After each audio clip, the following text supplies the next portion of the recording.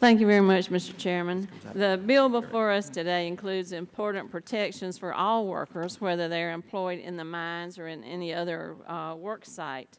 My home state of Nevada is one of 22 U.S. states that operate their own occupational safety and health administration programs. These state programs are required by law to be at least as effective as comparable federal standards. Yet Section 709 of the underlying bill recognizes the fact that changes to OSHA do not automatically apply to states with an already approved state plan. The bill instead instructs these states to change their plans to comply to changes in federal law, but what if a state chooses not to comply? Issues of state noncompliance have been brought to light in Nevada and were the subject of a hearing in front of this committee last October. What was clear from federal OSHA's special review of Nevada's OSHA enforcement program is that Nevada OSHA has not been enforcing workplace health and safety standards as well as should have been the case.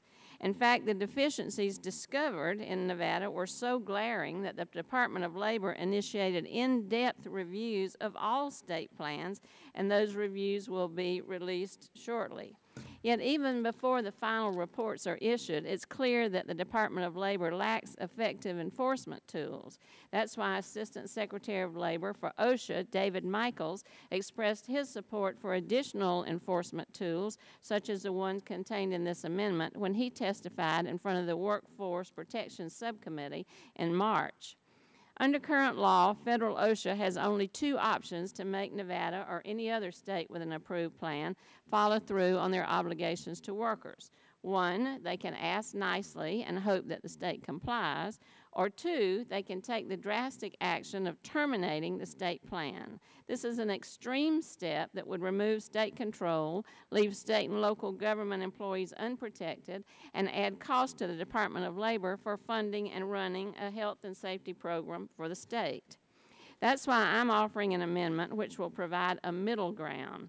This amendment will protect both workers and states' rights by giving OSHA options other than complete plan termination when a state plan is found underperforming. The amendment establishes a formal mechanism for OSHA to identify a problem with a state plan and compel a remedy without beginning the process for withdrawing approval.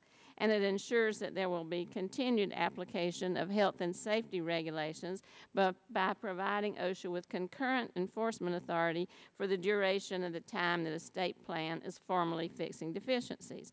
There are opportunities for states to appeal and to fix problems within certain deadlines. My amendment also holds federal OSHA accountable for providing strong oversight and guidance to state plans by establishing a regular GAO study, one every 5 years, to look at the effectiveness of state plans and the Secretary of Labor's oversight of such plans. The study would also include a look at funding of state OSHA plans, which under existing law is supposed to be 50-50, 50% from the states and 50% from the federal government. We know that many states are currently paying more than their 50%, including, among others, Minnesota, Washington, Kentucky, and California. So I would urge all of my colleagues to support this amendment, which will protect workers and also protect states' rights, provide some middle ground, and move us forward in helping to protect folks on the ground and on the job.